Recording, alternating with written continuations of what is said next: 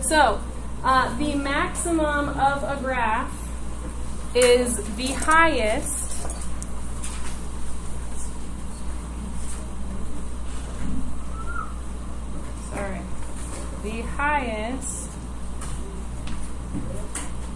value for the function.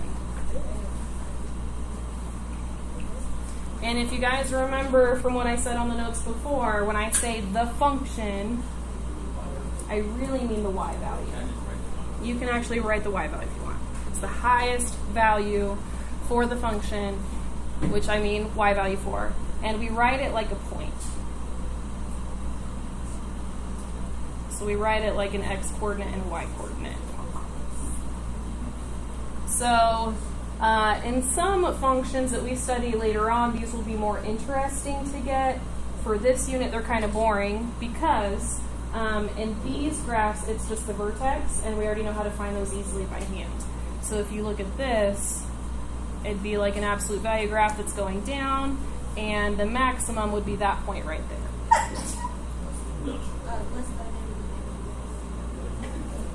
Marvelous. All right, the minimum is the lowest value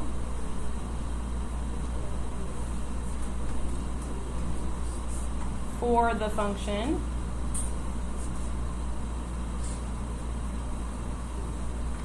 which again is just the y value, the lowest y value. And we're still going to write it like a point.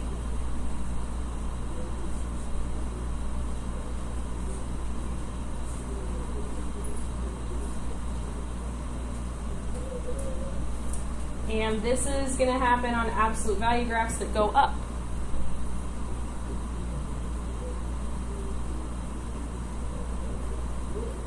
So some graphs that we'll look at in the future can have a maximum and a minimum, or they could have more than one max and minimum.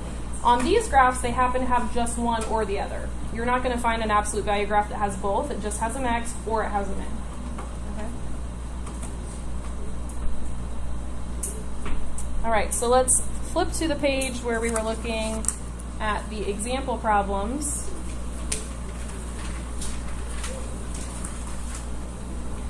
Which one does this graph have? Does it have a maximum or a minimum? Maximum. So I'll go ahead and label that I have a maximum. And what is the maximum? Yeah, so it's 4, -1. It's the point 4, -1. That's all you put. When you get further along in math, they'll say the maximum value of the function is -1, and it happens at 4. That's how they'll describe it. But here we're just going to write it as a point and call it good. Okay? So the maximum value of the graph is -1, and it happens at 4. Okay. If you look at the second picture, does that one have a maximum or a minimum? Minimum. And what is the minimum? 4, and then what was the other point? -3. Okay. All right, maximum, minimum. Okay, so we want to make sure that we can find these on our calculator, not because we have to do it for this unit, because we don't. We can just look at the picture and see it pretty easily, but because it's helpful to do in the future. So if you go on your calculator, I want you to go ahead and hit second plus 7, 1, 2. So second plus, hit the second button. Second plus 7, 1, 2. And we do that because it will clear your calculator. All right. And we're going to hit the y equals button right up here. And we're going to go ahead and type in this first graph. So we need to type the -3 first. The little negative button is down underneath the 3. So you're going to type -3. -3. And then to get the absolute value symbol on your calculator, you hit the math button, which is right here underneath the alpha button. So hit the math button. And you go over to number. So hit the right arrow to see number. And absolute value is the first one. Okay. So absolute value of x minus 4. So the x button is right here. So we're going to type in x minus 4. And then if you hit right arrow, you can get outside of the absolute value symbols. And then we've got a minus 1 on the end. Okay. Once you get it there, go ahead and hit the graph button over here. Here's our graph button. You hit the graph? Yep, you can hit the graph button. Everyone get it? Yep. Okay. So if you look, we can see that it looks like our picture. Now, when you find the maximum on your calculator, it's going to look for the maximum value. So there's a couple ways of doing this. On here, we know the maximum is right there, and these calculators take a little bit of, like they are not smart enough to do this on their own, you have to direct them. So there's room for operational error here, like you could hit the wrong buttons and get the wrong answer on accident, okay? So there's a menu that has different things you can have your calculator do. If you hit the second button and then hit the trace button right here. This is how we find a lot of things that we want our calculator to do with graphs. So hit second trace. And if we're looking for the maximum right now, which one are we going to use? 4. Number 4. Second trace, number 4. So go ahead and hit number 4. And what question is your calculator asking you? It is asking you left bound. So don't draw this on your paper, but I'm going to show you. If this is my picture, and I tell my calculator, here is my left bound and here is my right bound, I'm telling my calculator to look between here and here and find the maximum value. If I do that, my calculator is going to say the maximum value is right here. And my calculator is right. That is the biggest value where I asked it to look. Does that make sense? Your calculator is going to look where you tell it to look for the maximum value. So if you want to get this problem right, you have to say look for the left bound here and do the right bound here, and then your calculator is going to be like, oh, the highest point is right up here. And it's going to find it for you. Okay? So right now, my cursor is at 0. 0, if you look at it, is off the screen. So I'm going to hit the right arrow for a little bit until I can see the cursor on the screen. There we go. So my maximum is right up here. And for me to do left bound, I just have to be somewhere to the left of the maximum. So somewhere on the left side, anywhere over here, while it says left bound, press enter. When you press enter, what does it say next? It says right bound. So now I'm going to hold it down to the right and get it over the top of that maximum. I don't care exactly where it is, it just has to end up on the right side somewhere. Okay? So make sure your cursor's over there. Press enter one more time. What does it say this time? Guess. Guess. It says guess. The guess is always stupid. Press enter one more time. There we go. Does that match what we got? Yep, so there's our maximum. 4, -1. Now, like I said, these are easy. This unit is easy.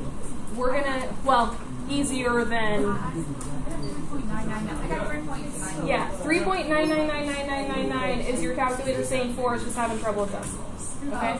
So like I said, the maximum and minimum for this unit are pretty easy to find because we don't actually need our calculator to do it. We can just look at the picture. But let's go ahead and add that to our notes.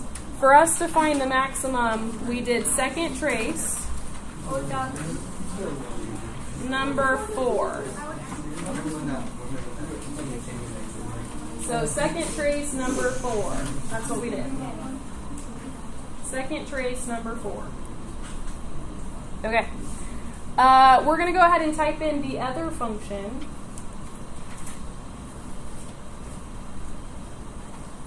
So second trace, number 4 for that one.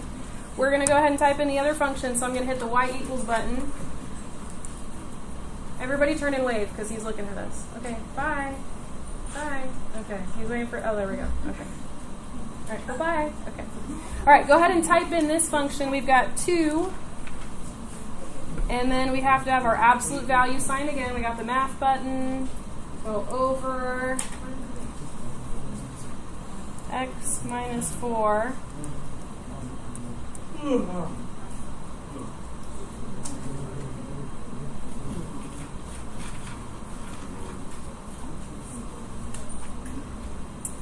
And we're going to hit the graph button again so we can see it.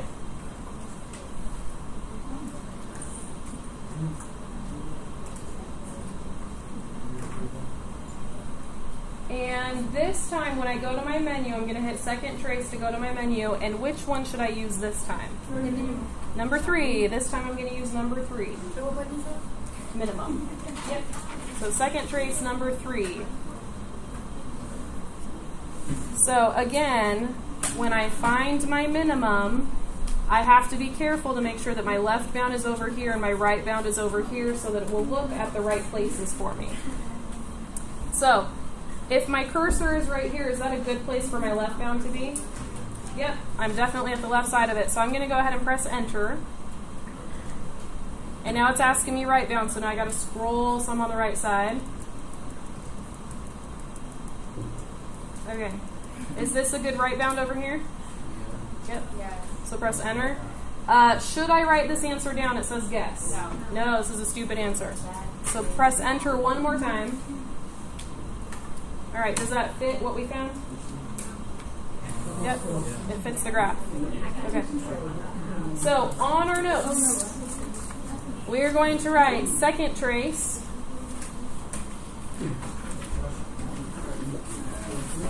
Number 3. Second trace. Number 3.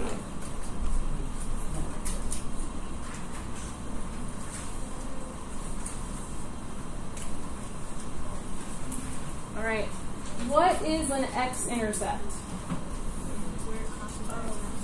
Where the graph. Yeah, where the graph crosses the x-axis. Is that the line x equals 0 or the line y equals 0? Yeah, the line y equals 0. So an x-intercept is where the graph crosses the x-axis, and the point that is an x-intercept is going to have a number for the x value, and what number will always be there for the y value? 0. So when you guys were in lower level math classes, your teacher probably made you plug in y equals 0 and then solve for x. That is how you guys would have done these problems by hand in the past. That's a common way of doing them. By the time we get to math 3, I don't care about you showing me that you can solve for it by hand. I want you to get the answer quickly. That's my goal for you now, is just to be able to get the answer quickly and move on. So for us, we're going to do these in our calculator. Okay? So we're going to flip and look at just the second example. Why am I not asking you to find the x-intercepts for the first example? There aren't any. Okay? So for the first example, I'm going to say x-intercept none. That graph does not cross the x-axis. It is completely below the x-axis. So there's no x-intercepts there. But for the second graph, I can see 2 of them. I'm going to have to do this process twice because there are 2 of them. Does everyone see that there are 2 x-intercepts? I'm watching you. All right. So on here, we are going to hit second trace again because that gets us to our menu. Second trace. X-intercepts are also known as zeros of the graph. Are we listening? Because at the x-intercept, the function, or the y-coordinate, equals 0. So if the function equals 0, they're going to be called zeros of the graph. So option number 2 is what gives us our x-intercepts. Go ahead and hit number 2. Now, it's going to ask us for left bound and right bound, and we have to do this twice. So when I look for my first x-intercept, I'm going to say left bound, right bound, like that. You guys see that? Left bound, right bound? So it says left bound. Is this a good point to be left bound for my first x-intercept? No, it's a bad spot. So I'm going to hold it down left. Okay, so there's left bound. I'm going to press enter. And then go over. And right bound.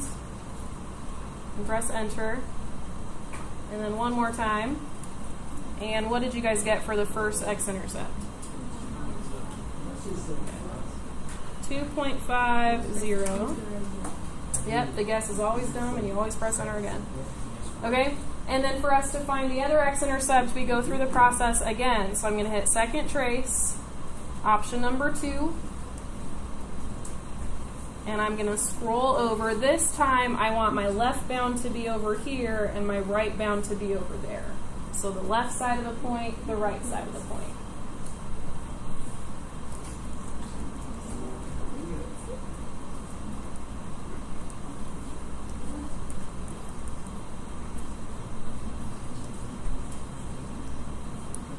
What'd you guys get for your second X-intercept? 5.50. Okay. So this method of solving for X-intercepts is going to save you a lot of time. We're just going to do it quickly, get our answers, move on. Okay, flip back to the other side. So for X-intercept, I'm going to write a note to myself. This is called the zero of the graph.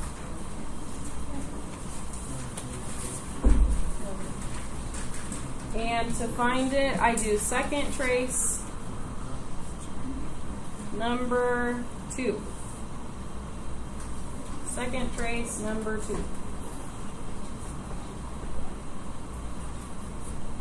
What is a Y-intercept? Yep, where the graph crosses the Y-axis this time.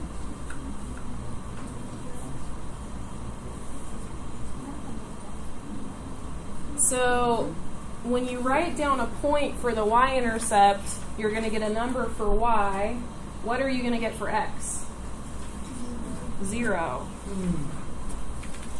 So for these ones, we would plug 0 in for X and solve for Y.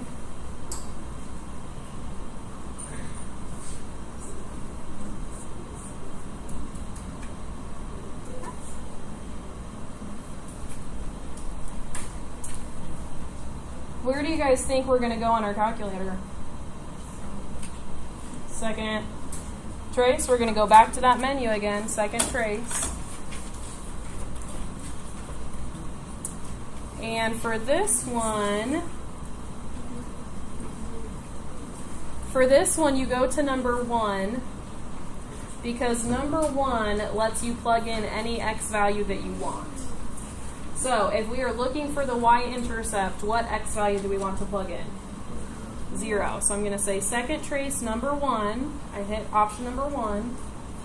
And then the calculator asks me what I want to plug in for X. And to find the Y-intercept, I always want to plug in 0. Now, it doesn't mean that when I use this, I only ever plug in 0. I can plug in anything I want. It just means in this situation, I always plug in 0. So what is the Y-intercept for number 2, for example number 2? Yeah, it's the 0.05.